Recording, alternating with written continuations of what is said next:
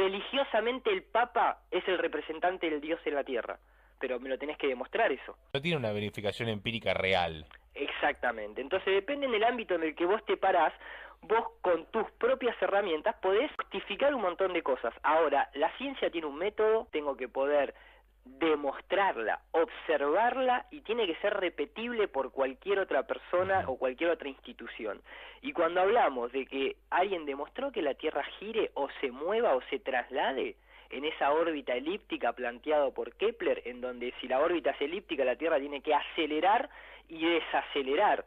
Por eso el día de Navidad el Sol se queda 3 días en el horizonte, aparte del centro, el Ecuador hacia arriba, ¿no? En algunas regiones. Sí. Esa es la crucifixión, digamos, simbólicamente hablando. Las religiones son un culto solar, pero quiero decir que cuando vos empezás a comparar y empezás a ver, te das cuenta que el heliocentrismo es más una religión que una ciencia, porque no ha sido demostrado empíricamente nada de lo que se plantea dentro del heliocentrismo. Claro. Cuando vos te vas metiendo de manera histórica y científica en esta cuestión, te das cuenta que hay un montón de cosas que no se han demostrado, que se aceptan porque tienen un marketing, en el sentido de que se lo promociona por todos lados, desde que vas a una película, cuando por más que vayas a ver una película sobre el cáncer, si la hizo Universal Picture, vas a tener la Tierra esférica antes de que comience la película. ¿Y para qué? ¿Para qué tanto esfuerzo en mantener esta teoría? Seguramente mucha gente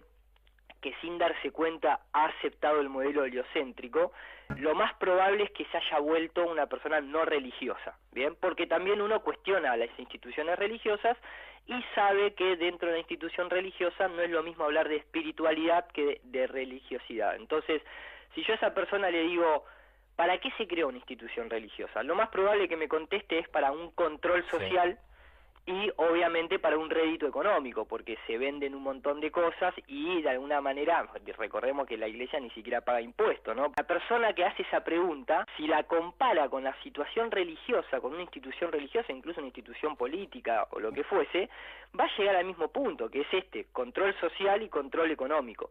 Entonces, cuando uno se hace la pregunta esta, lo que tiene que entender es que justamente el heliocentrismo es una religión, no es una ciencia, en el que vos tenés que pasar a ser una creencia, y en el que vos no te vas a dar cuenta, pero incluso la propia NASA, obviamente, cuando hace sus misiones, no por coincidencia, es que le pone nombres como Apolo a las misiones lunares.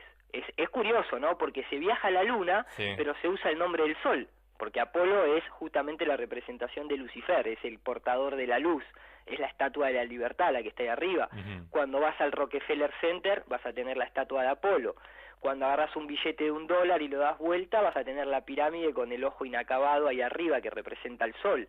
El modelo de ellos es el sol, ellos adoran al sol, entonces a vos te lo meten o directa o indirectamente porque es su religión, entonces te la trasladan al ciudadano común sin que el ciudadano común lo pueda entender. De hecho, la palabra ateo, que mucha gente cree que significa sin Dios, si vos vas a la cosmología o a la historia griega, te vas a encontrar que Atos es el dios sol, Atos, ateo.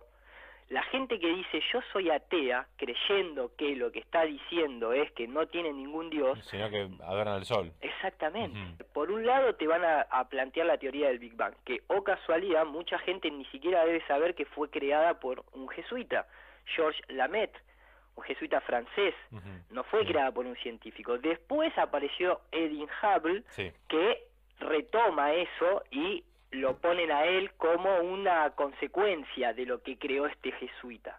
Pero a lo que voy es que la gente lo que no termina tal vez de saber es que la cosmología actual, esa que te venden en todos los medios de comunicación masiva, el libro y la propia NASA, también está creada por religiosos. ¿Por qué? Porque uno esto lo puede conocer de leer George Orwell o de leer Un Mundo Feliz, justamente puntualmente Un Mundo Feliz, en donde se habla que la única manera de mantener el control sin que la gente se despierte es vos gestando y controlando tanto un partido como el partido opuesto. Esto se llama justamente, el modelo que se utiliza es el de la tesis y la antítesis. El modelo actual a vos te presenta los dos, y vos vas a elegir uno de esos dos, pero no te das cuenta que está controlado por el mismo. Y el resultado final es la síntesis de esos dos modelos. Entonces, en realidad lo que no puede lograr ver es que nosotros hoy en día vivimos en el capitalismo, Sí. pero hay una parte del mundo que es comunista. Esos dos modelos son gestados por lo mismo, la familia Rothschild y la familia Rockefeller, y por detrás también está el Vaticano. Desperté a una realidad que no entendía. ¿Quién sale ganando cuando se crean guerras? Los bancos, porque vos después tenés que dar el préstamo no solamente para comprar armas, sino para restituir tu país. Sí. Pero el propio que financia las guerras es también el que la crea, porque la guerra tal vez se hace por petróleo. Entonces vos vas viendo este modelo de tesis, antítesis, síntesis. Entonces, nosotros vivimos en el capitalismo, pero ¿qué le da lugar al capitalismo? El darwinismo. El darwinismo no solamente es una teoría biológica, sino que en realidad es una tesis que se aplica socialmente. No es solamente a la biología, a la supervivencia del más apto, sino que es justamente en ese capitalismo salvaje. Pero ¿qué le da lugar al darwinismo? El hecho de la historia fantástica en la que un meteorito vino y mató a los dinosaurios y dejó el lugar como para que el ser humano evolucionara. Sí. Algo que jamás se comprobó en la historia, ¿no? Jamás se encontró ni siquiera un cráneo de un dinosaurio. Mirá, ahí en 1984, en un momento, el Winston, que es uno de los personajes, está hablando, le está diciendo esto mismo que vos comentabas, y el personaje que se siente abrumado, que se llama O'Brien, le dice, ¿y entonces qué pasa con los dinosaurios y los millones de años? La Tierra tiene más de 4.300 millones de años. Y le dice este personaje que estaba metido dentro del sistema, le dice, por favor, O'Brien, le dice, los huesos de los dinosaurios es un invento plantado por los biólogos del siglo XIX. Así, literalmente como dice en el libro. Ahora, uno dice, bueno, lo dice en un libro de ficción, que se parece mucho a la realidad, ¿no? Pero Sí, bueno, era justamente una metáfora de la realidad. exactamente. Si yo a vos te digo, ¿quién fue la primera persona que supuso que deberían existir huesos de dinosaurios? ¿A vos quién se te viene a la cabeza? A la mayoría de la gente se le vendría a Darwin. ¿Por qué? Porque Darwin, en el libro de la teoría de las especies, la evolución de las especies, él mismo en el capítulo 6, dice que su teoría no tendría ninguna validez si no se encontrarían fósiles con miles de millones de años de antigüedad. ¿Y no te parece sospechoso que hasta el año 1800 y pico nadie haya encontrado ningún hueso de dinosaurio, incluso cuando se han gestado excavaciones tan grandes como el Coliseo Romano o las pirámides de Egipto? Todos los monumentos alrededor del mundo, no estoy hablando de esos dos puntualmente, nunca se habían encontrado huesos de dinosaurio. Hasta 1800 y pico, jamás. Ahora, ¿quién fue la primera persona que plantea los dinosaurios? Es un biólogo del siglo XVII llamado Robert Plot, que es uno de los padres de la masonería y fundador de la Royal Society de Londres. Entonces, vos decís, epa, hasta ese momento, o sea, el primer hueso de dinosaurio aparece 2 siglos y medio antes más o menos que lo de Darwin, y es presentado por, bueno, una logia secreta, lógicamente, y con lazos muy íntimos con la Royal Society de Londres, que es la misma que propone el modelo heliocéntrico. Si haces un poco el trabajo de investigador y vas hacia atrás y vas uniendo cables y vas uniendo hilos y seguís el dinero, de dónde viene el dinero y a quién le beneficia económicamente todo este modelo heliocéntrico, te vas a dar cuenta quiénes son los que lo han propuesto y bueno, vas a llegar, todos los caminos conducen a Roma, dice, Sí. Y justamente ahí en el Vaticano es donde está toda la pomada. No, El estudio del agua, o sea, se sabe y nadie ha demostrado que el agua se curve. El agua siempre busca su nivel y está totalmente plana y no hay nadie que haya demostrado que el agua puede quedarse pegada a la parte externa del contenedor. Sin embargo, la Tierra es una esfera, supuestamente, y todo el océano Atlántico, Pacífico, lagos, ríos, tienen que curvarse grandes extensiones, algo que jamás se ha demostrado. A raíz de eso, mucha gente empezó a lanzar globos aerostáticos con cámaras, ¿sí?, para ver cómo es el horizonte a una determinada altura. Que no se piense la gente que hay que irse muy alto para detectar la curvatura de la Tierra bajo las medidas estándares. Solamente a 20 kilómetros ya deberíamos ver la curvatura de la Tierra. Además que, incongruentemente, te dicen que la podés ver a través de un barco que desaparece en la línea del horizonte a nivel del suelo, algo que no tiene mucho sentido porque vos me estás diciendo que me tengo que ir a 20 kilómetros, pero me decís que la veo desde el nivel del mar a 6 kilómetros que ve un ojo. Cuando metés binoculares, telescopio, el barco vuelve a aparecer. A raíz de mandar estos globos, los globos llegan hasta los 35, 40 kilómetros de altitud antes que revienten porque hay menos presión atmosférica, entonces los gases empiezan a expandir y revientan el globo, salvo que compres un globo especial que sale más de $100.000, que llega más alto. Lo que se demuestra es que la Tierra, a los 40 kilómetros de altura, sigue siendo recta. algo que no podría suceder matemáticamente. Esto se ha hecho en todo el mundo y por eso mucha gente ha despertado a esta realidad por la evidencia observable, empírica. Y debería poder verse en el horizonte entonces la curvatura del planeta.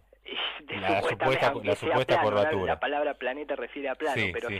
sí, debería verse. Un día van a Uruguay, vayan a Colonia, se paran en la Rambla de las Américas, que tiene una elevación de 13 metros nada más, agarran el celular o una camarita o unos binoculares y se ven toda la línea costera de Puerto Madero, en donde, para que sepa la gente, de Colonia a Buenos Aires hay 50 kilómetros de distancia a nivel del Río de la Plata, que es plano, lógicamente, el agua. Pero en 50 kilómetros debería haber 200 metros, 196 para ser exactos, de caída de la curva de la Tierra. Claro. Decime qué edificio supera los 196 metros en Buenos Aires. Los vas a ver cortados porque lógicamente la perspectiva confluye todo en un punto de fuga, pero ves el edificio de YPF o el edificio de Telefónica que no supera los 70 metros, le ves más de la mitad. Que debería dejar de verse, ¿no? Con esa Totalmente. distancia ya la curvatura de la Tierra debería ser perceptible. 196 metros de caída. Cualquier objeto que sea menor a 196 No metros de debería altura verse. no se puede ver. Y pensemos en la cantidad de plata económicamente hablando que se vierte en una supuesta tecnología espacial que después te enterás de que se hace todo desde tierra. Estoy hablando desde telefonía celular hasta DirecTV o lo que fuese. No viene nada de satélite. Eso es en la gente común. Lo que es Google Earth se hace con aerogrid, son aviones que fotografían todos los días. Mirá vos. Las redes telefónicas son de antena a antena, estación terrena, rebote ionosférico, globos aerostáticos con equipos satelitales colgados. Los satélites sí se construyen. Después hace el show, fíjense los lanzamientos de los cohetes como toman un arco, porque después van a una imagen digital y no muestran nunca cuando el satélite queda ahí estacionario. Fíjense en Google, pongan fotos reales del planeta Tierra, fíjense cuántas aparecen, son todas composiciones digitales, pongan imágenes reales de satélites en órbita. Obviamente la pregunta es quién le sacó la foto a ese satélite, es porque es una representación digital. Y así quede claro que el agua no se curva y que la ciencia crece a través de cuestionar, no de aceptar. Y lo que estamos haciendo ahora es viendo que, así como hay un montón de instituciones corruptas, pareciera ser que la aeroespacial no es la excepción.